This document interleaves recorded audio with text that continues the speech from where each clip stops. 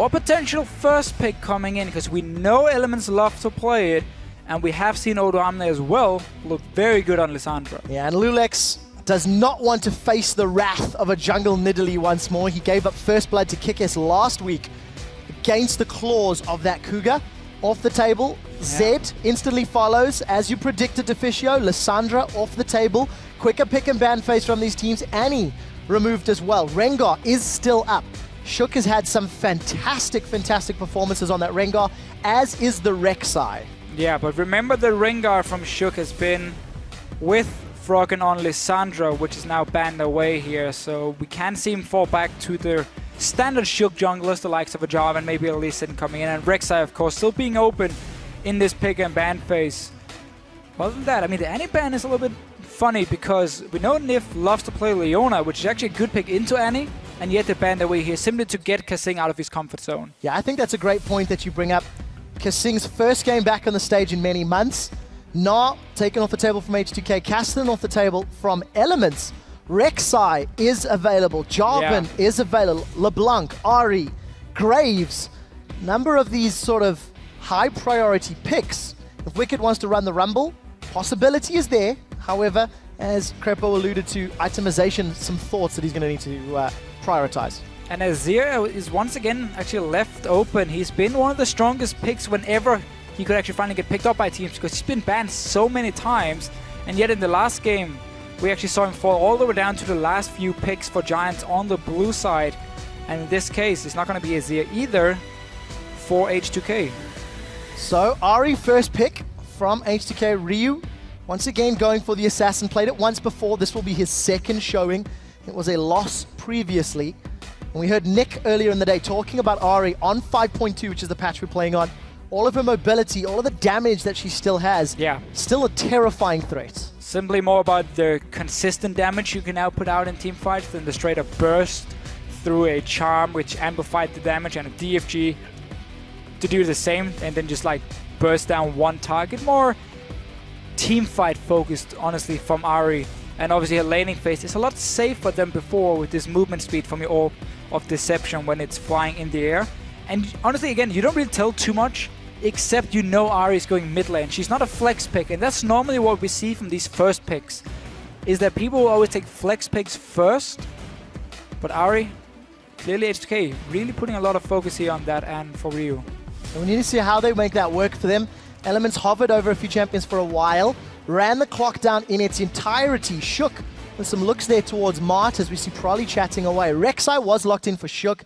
Nyph is going to get the disengaged support queen, Janna. So this actually explains the Annie ban coming in from Elements, because they weren't planning on running Leona this time around, with Lissandra being banned away as well. So they have gone away from this very hard engage style we saw last week with Rengar, Lissandra and Leona together, and instead picked a Janna, a support a lot of the teams in Europe seems to forget about. She's still considered one of the best in every other region, but here in Europe we see so much hard engage coming in from every single support player, meaning it was left open. Nyph picks it up, and again, the bans now make a lot more sense from Elements as well. And H2K have locked in hard engaged champions into a Janna. Jarvan plus Sivir.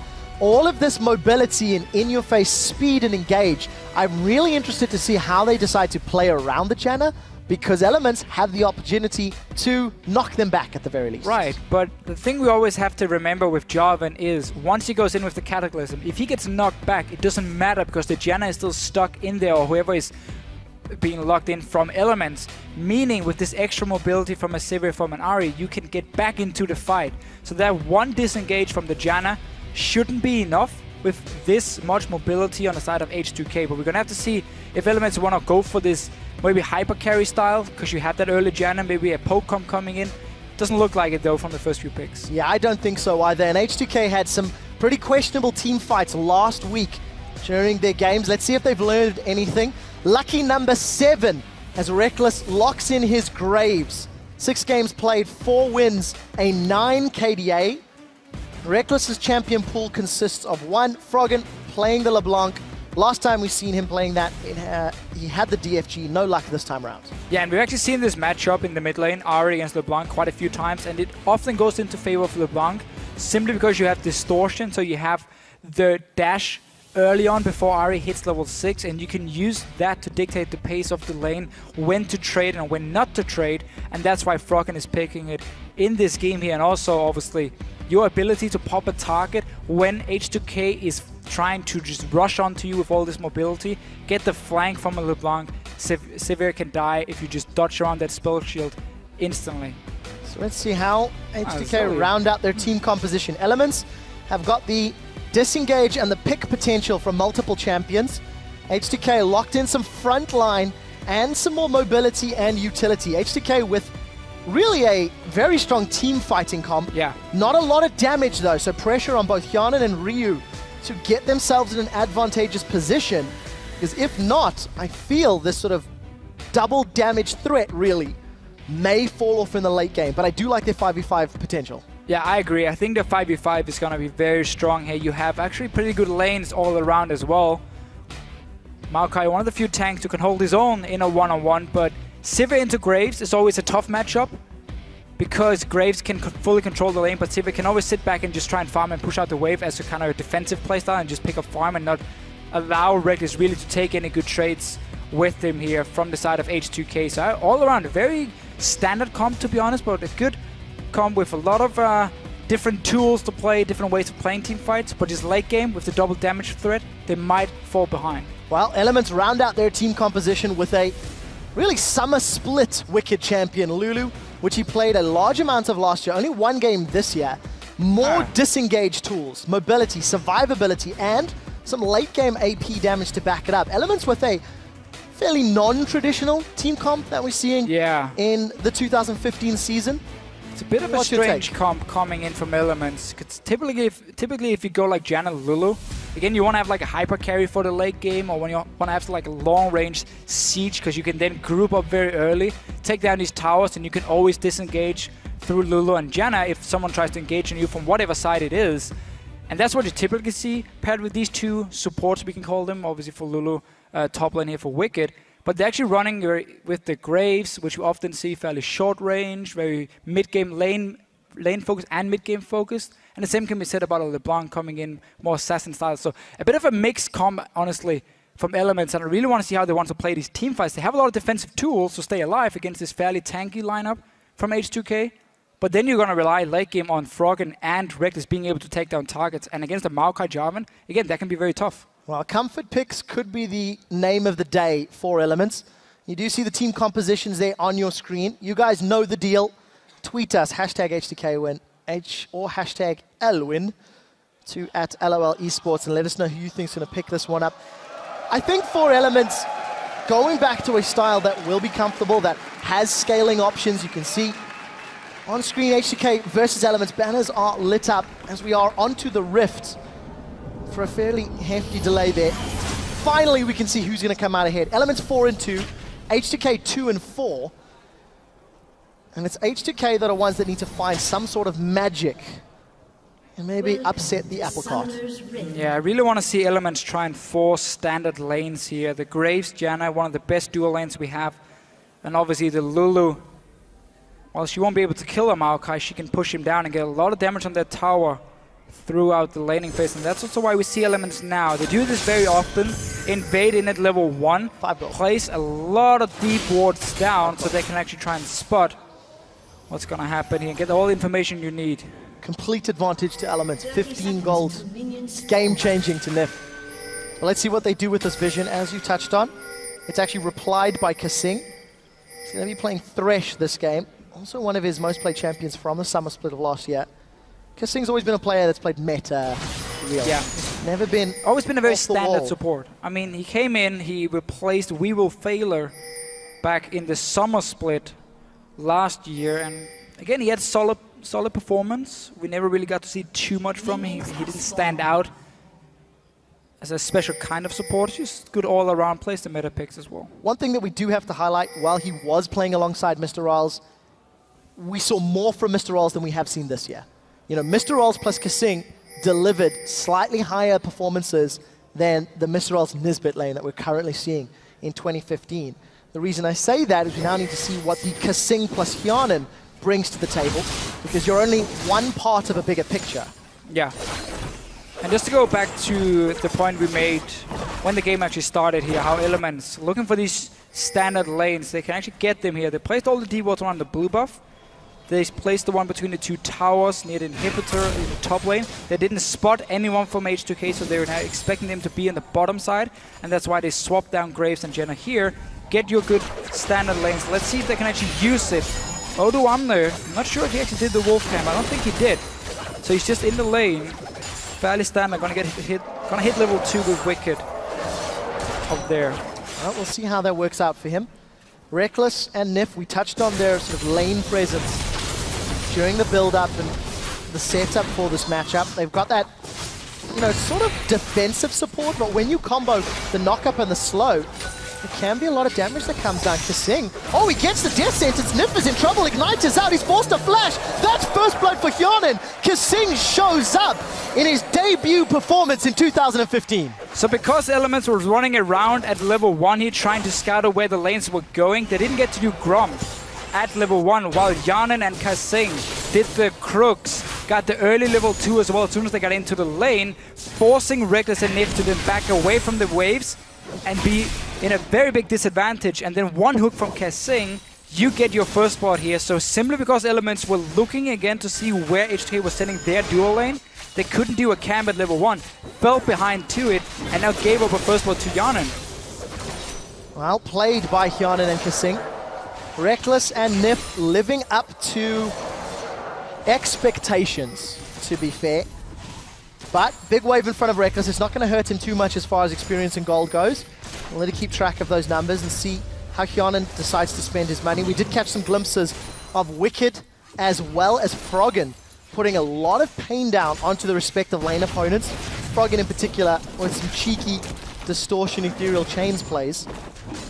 And we catch our first glimpses of both the junglers. Fairly standard starts, both going for their farming items and just trying to get some power spikes before they look for opportunities to gank. Yeah, and still, just a big mistake in that bottom lane. You should never be in range for that hook coming when they are level 2 to level 1. So Nyph is not going to be happy about that one. Yet Rekkles to get some farm on the turret, but again, he's been forced to go back now. Not having enough gold really to pick up anything other than just Adorn's Blade and boots, meaning he's again even further behind compared to Hjarnan, who's already gotten a pickaxe. Well, let's see what Shook and Nyph can do. Kasing is going to flay Shook backwards. Death sentence goes way wide. Double knock up from Nyph, but not going to follow up with anything further. And we need to see how Hjarnan can make use of this additional attack damage with that pickaxe and the ability to push the wave if he wants to.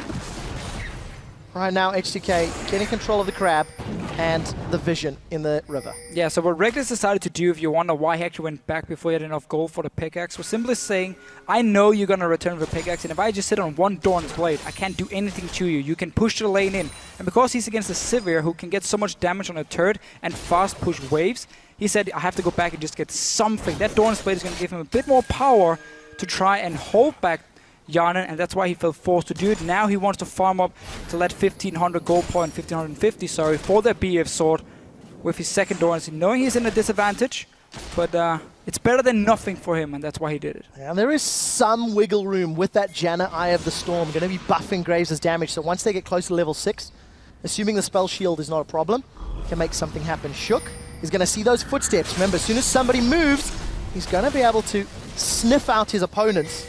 loulex, of course, had no vision of Shook, so he had no idea to stand still. And it's a very, very powerful ability. Rekkles gets flayed backwards. Kasing knocked up in the air. Death sentence goes wide.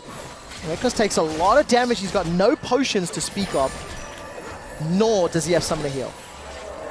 Yeah, and top lane here, I quite like how the wave was being built up by Wickd, and then both junglers actually knew, okay, I can either go for gank or counter gank. Gank obviously from loulex, knowing the wave was being pushed down, you have the Jarvan to set it up, and then Shook knowing he had to be there to counter gank, because Wickd had built up such a big wave. So both junglers here reading their minion waves pretty well, and therefore nothing really happened. Just counter each other out. And again, it's just about this bottom lane now, where the lead is in favor of Hjarnan with 10 CS. He got a good back timing, he got the pickaxe. He's looking strong. Look at the damage as well in this tower. This is what you can do. If you get a lead on a Sivir, you just keep pushing in the waves again and again and again. So, very well played by Hjarnan and Kasing. It's way too early to say. However, you cannot deny that it was Kasing that set that first blood up and punished Nyph's decision-making. So Hjarnan and Kasing setting up H2K strong in the laning phase. Just under 1,000 gold in the lead. Some small CS advantages in that bottom and middle lane. However, Wickd doing a good job against Maokai, as you would somewhat expect from the fact that Lulu can bully a Maokai. But early dragon here for H2K, this should be uncontested. Good timing again. You can see how Rekkles was down to 50%. I believe Nyph was actually out of mana. He started recalling. And then H2K knew, okay, we have all the pressure in the bottom lane. We have all the pressure in the mid lane. Notice how Froggen is pushed to his tower. He can't go anywhere. This is going to be a free dragon. You don't even have to invest into any wards, which is always the big deal. You have to decide, is it worth spending 300 golds on pink wards to get a dragon or not? In this case, they didn't have to use anything, just use the lane pressure to get it, and H2K playing it by the book here early on, using their advantages they do have. A very smart play. Shook has earned himself a small CS advantage as well, using that mobility of Rek'Sai to give himself a small lead in the jungle. It hasn't equated to itemization just yet, despite having a few extra wards. Decent sapling from Odoamne is going to keep him from being ganked. Elements not off to the strongest of starts. You know, you were talking about the laning power that Element's team composition actually had coming into the game from picks and bans. And unfortunately, they really haven't been given a chance to push it out. We see that Froggen has missed a wave in that middle lane. He's dropped 12, 13 CS behind. Obviously, Rekkles is, you know, even, but there's a big wave pushing towards Hjarnan, so he's going to pick up this small advantage. You know, this laning phase going in favor of H2K. So again, simply because Elements were late to this bottom lane, didn't get to do a camp and then got surprised. I mean, not really surprised, just caught out of position and simply falling too far behind. And due to that level 1 play and being late to the lane itself, and obviously in the mid lane, the new Ahri here, what you can do as well is you can actually build a Abyssal Scepter as your first item. Very strong into double AP in this case, and simply become somewhat of a semi-tank at least, and be very hard to kill for the likes of a LeBlanc. No one-shot potential from Froggen, and therefore you can just keep pushing in the lane and rely on this sustained damage instead of the straight-up burst from an Ahri. Yeah, I want to talk about the items that Hjarnan's picked up. With this small lead that he's gathered, he's actually finished his Berserker's Greaves and picked up a longsword. So, not going towards an Eye Edge just yet, or the Shiv. So we need to see how Hjarnan's build develops, and the farm alarm from Shook in the background. I would expect him to go for Infintage now, or a Brutalizer, and then obviously Infintage after, and then complete a Ghostblade as his second item. Because he has his lead in the lane already, you want to really push it. Ghostblade is great if you want to try to snowball in this mid-game here, get that extra damage from the passive. Especially the armor penetration is so important on Sivir for her boomerang damage in early to mid-game, which is what he's aiming for, and that's why he's sitting on this long sword for him. And obviously, he's going to keep pushing in this wave. Rekkles just has to pick up farm, and this tower is going to go down. I mean, just a matter of a few minutes, H2K can make a small little move, take it for themselves, but for now I think they're happy just farming. Yeah, but what do they do next? If H2K take the tower down, do Hjarnan and Kasing just roam around? No boots in Kasing yet. Hjarnan with those Greaves may be able to move lane to lane. Look at the damage that Ryu's put on this middle lane. So H2K may be able to accelerate their gold lead if they can string together a few towers. It's a very easy rotation for H2K to take the bottom tower, push up one more wave with loulex being there as backup, and then just go straight to the mid lane, take that tower as well. Dragon should spawn them fairly soon. You go back, you get your items and obviously a few wards, and then you make sure you take the second dragon as well, and suddenly you have 2 towers to 0. We see loulex already now being here a bit of a... Honestly, he's just here for backup. He just want to take down this tower because it's so low. Jungler comes down, push it up one more wave, and then go straight to mid lane. Well, Root Unless gets in Ryu goes lane. down. The second chain does not. Ryu may be able to get a counter. 1 for 1. Ryu manages to get a reply on Froggen. Considering he was ganked and a little overextended, not the worst outcome. No, 1 for 1, and now Hjarnan straight into this mid lane here. Pick up some more farm for himself. It does again delay the push a little bit. For H2K, the Ryu went down. They would actually prefer him just sitting there and pushing in the waves, and then wait for them to come and take the turret. So delaying them a little bit. And a 1 for 1 trade. Kill for both the mid laners. Oh, Rekkles may be in trouble. Kasing Can the wind-up connect? No, because he hasn't thrown it yet. And the dash from Rekkles keeps him safe. Quick draws away. Kasing continues to help Hjarnan farm away. 117 CS to 97. That's a 20 advantage. Hjarnan's currently sitting on 1,700 gold. Thanks to picking up a lot of farm and obviously that tower. You can see the gold differences even in the top lane. 400 in the favor of Shook. Ryu ahead in the middle lane. Thanks to a small CS and the gold from the tower, of course. But it's really the bottom lane, 1,000 difference between Hjarnan and Rekkles. Yeah, BF sword now picked up for him. He can go straight to mid lane, take down this turret, and then return to the bottom lane when Rekkles had already pushed it out. But again, Element, they're expecting it, so they keep ganking Ryu in here. Oh, Ryu's in so much trouble. Knocked up, locked down. Death Sentence connects. Shook is the reply. Here comes loulex. Cataclysm is available. He slam dunks down onto Froggen. Look for the right target. It's the one with the chain. Hjarnan continues to auto attack. That's a double kill for Hjarnan. The brains of H2K managing to be in the right place at the right time. TP from Wicked's not going to be enough, and H2K set their sights. Janna should go bot lane right now. They can take this turret without him, Kasing and loulex together, and then a big wave is coming in from Rekkles, so he can again take that farm, defend his own turret. H2K right now playing really well, taking every single advantage they can. So once again, Elements here, they want to keep trying to shut down Ryu. First of all, get Froggen going and try and stop this mid lane push. But because H2K are now moving there from the base, they can pick up the first one, take Froggen as well. Teleport actually coming in from Wickd. Despite it being way too late, Odoamne cancel as well, so none of the top laners have teleport here. But then, because they get these 2 kills, H2K can just send the AD carry to the bottom lane. You see Hjarnan there now. Get the farm, get obviously the mid turret. So 2 towers now for H2K. Really playing it well. And this all comes from the bottom lane being won by H2K. Dragons, turrets, everything. Yeah, Hjarnan and Kasing may not have been able to rotate to that middle lane if they were still dealing with Rekkles and Nyph. They wouldn't have killed the turret. So we do see Kasing 0-0-3 really setting up H2K here in their opening match of week 4. Second dragon secured to back up their 2 towers. Shook, that's the second blue buff in a row that is stolen, so not too bad. And now with Dragon gone, you can send your AD carry to the top lane instead and push in that tower because there's no global objective he has to be on the bottom side for. Odoamne though, 1v4. Oh, this is so much trouble. There's damage on Shook. Shook's tanking the tower. He manages to get away, should be able to heal up. What will they lose in reply? Elements get 1 kill, and it looks like somebody's recalling. We see loulex and Ryu hammering away on this inner turret. Rekkles is waiting on the sidelines. Froggen is still going to stick around up top. They've set their sights on Hjarnan. Hjarnan's got a triple kill, so or 3 kills. He's worth money. Froggen wants to blow him up. You do see the spell shield up. It gets popped. The chains do not connect. And Hjarnan stays alive. So, tower still standing up top for H2K. I didn't see if it fell in the inner. Mid turret went down. And it did. Yeah. Simply just pushing it in with loulex, Ryu, and Kasing, and Ryu actually placed a ward on the side here, trying to zone away Rekkles so he couldn't go in and ult the wave. The tower blue buff as well. Element should be able to take this one for themselves, but it's only going to be 1 tower. And H2K really controlling the map. I like the way they're moving around Hjarnan here, and I like the way they're reading Elements. Okay, you want to dive the top lane with 4 guys? Fine, we can just push in the middle lane already. We already had the wave under control. And again, making sure they stay ahead in gold. Chains go wide once again from Froggen, but he manages to keep Odoamne away. And Elements secure their first tower of the game. They've still got 3 kills under their belt, and they find themselves 1,500 gold down. It's not an insurmountable lead, that is for sure, but Elements need to be a little careful with the dragon count. H2K have had the timing and the control. They're just going to get more and more of those buffs. I think very smart play from H2K around the map.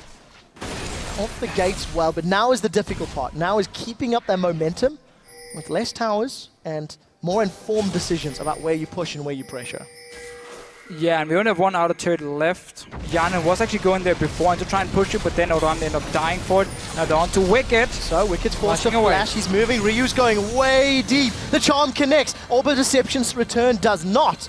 H2K do actually back Ryu up, so the numbers from Elements not going to be enough. You see Rekkles and Froggen a little late to this party. Now Odoamne looking towards Nyph. Boomerang Blade connects from Hjarnan. Infinity Edge already completed.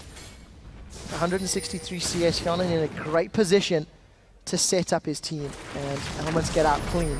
Odoamne just filling in the holes that Shook has dug across the map. Yeah, and right now here, H2K won't really be able to do too much on the map because they have no deep wards placed in the jungle of elements, so they can't really see where they're going. It's hard to create a pick if you don't have the vision for it. So they're actually just sitting back and waiting for Hjarnan to move. Now he's actually going to this top lane, as we mentioned beforehand. There's the last auto turret. He can push it in very, very fast. And Elements are going to try and respond by doing the exact same thing down the bottom lane. Sending down, so they want to trade turrets. Big wave already built up by Odoamne, and Hjarnan might actually be able to push it in further. Well, let's see what they can do. Wicked sticking around. And you see Ryu may want to put some damage onto Shook. Shook has got some HP from that side stone, not a lot, but two members of Elements we see on the hunt coming out. Odoamne turns his attention to Wicked. We do see that vengeful maelstrom. Here comes loulex. loulex is around. Odoamne is tanking the turret. Cataclysm's going to be able to kill the first champion in this fight, and now they turn their attention to Wicked. Wicked's going to be taken out next. A well-executed tower dive. H2K have got the coordination, the control, and they are arresting Elements on the map. And honestly, again, H2K, they're just one step ahead of Elements in every single move they make. They build up a big wave on the top lane, send Hjarnan from mid lane up there to take the first tower, and they just kept pushing down, knowing, oh, again, Elements, if you want to come and dive our bottom lane, we can just go straight for you guys. Sivir also being popped, tanky Maokai already going in for the dive, kills turrets. H2K, honestly, are just one step ahead of Elements. Very big improvement from last week's games. H2K seems somewhat lost, seems somewhat disconnected from one another, especially in their team fights, especially in, you know, there was tower dives that went wrong and just how they were coordinating. We've not seen a 5v5, but H2K with their skirmishes and their movements, 2, 3, 4 man, are working out very, very well. Hjarnan gone for a Zeal and pickaxe next, so maybe not even needing that Ghost Blade considering how well their laning phase has gone. Just gonna save their longsword then for either the BT or the Last Whisper later on for himself. So actually deciding just to say standard item build for him. Better late game anyway. You would have to sell that Ghost Blade late game, so it is not as strong as a Static Shift or a Phantom Dancer in a long drawn out team fight. So for him, playing it a bit safer, and honestly, it's a good idea because you're gonna get to your 2-3 item spike very, very fast with all this global gold being picked up and the free farm he's been able to get. So you're actually gonna reach a late game point as an AD carry very early in the game. Something we can say for Rekkles, who's still only sitting on Infinity Edge. Yeah, a very scary position to be in if you are on Element's side. They are, of course, they have put together this team comp that had the ability to do well in laning phase, but unfortunately have just been bullied away. So let's see how they dig deep, see how they play this mid-game phase. Last week they demonstrated some great team fights, but also not the greatest initiation on the side of Elements. They're really looking to just pick somebody off from that LeBlanc and Graves burst. They're not going to get the opportunities H2K on the inner bottom turrets. Yeah, their comp is, oh, we're going to Rekkles to see what happens. Nothing really, but Elements comp rely on having map control. So you're the one dictating where to fight and have the enemy team forced to engage on you, where you can use your great disengage. That won't be possible as long as H2K are controlling the map here in terms of warding, in terms of all the towers they're taking down. Froggen again taking a lot of them. He keeps looking for these picks, but they're not there. I mean, it's very hard for him to do anything, and you see Elements try and do something at least to get back in this game, knowing that if they're behind, H2K can just take everything. Rod of Ages plus Aegis of the Legion from Odoamne. Great itemization. Using that early gold advantage to give his team an aura. That's going to reduce both Wicked and Froggen's damage. You saw him defending that inner turret and buying all the time H2K needed to secure their third dragon.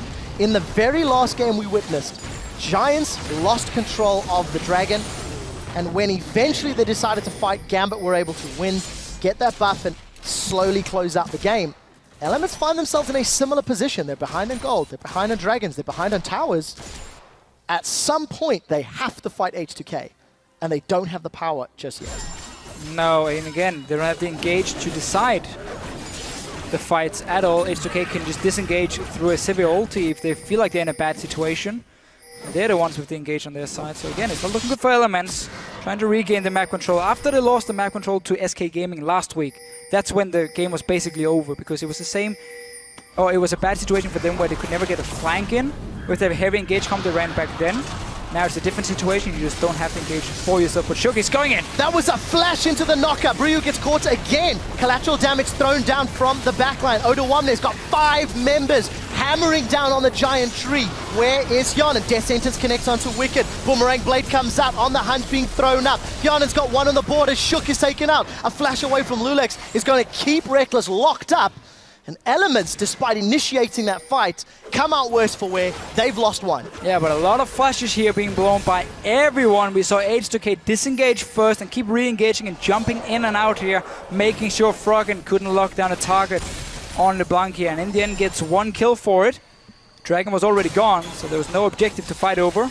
None of the lanes really been pushed up either by H2K, which is going to be the next step here.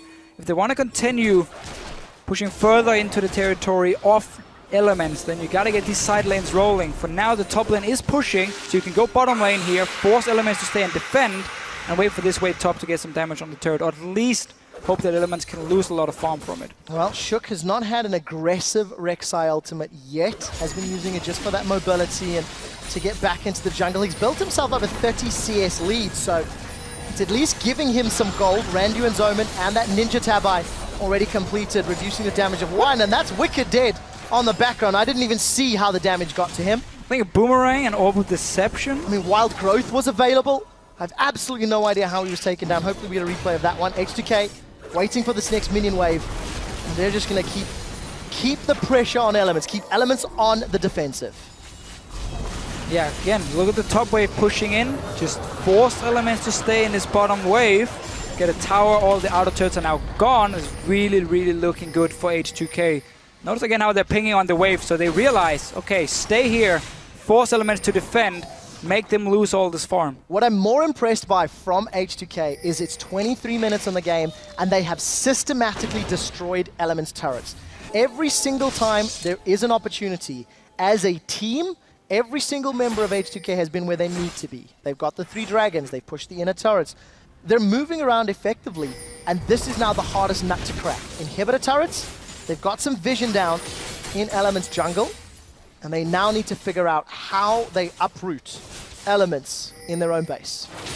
Wickd managed to actually get up there. H2K didn't feel like they had to stay with all the gold they had picked up from beforehand, so decided to give the farm to Elements, but still got the last outer turret gone.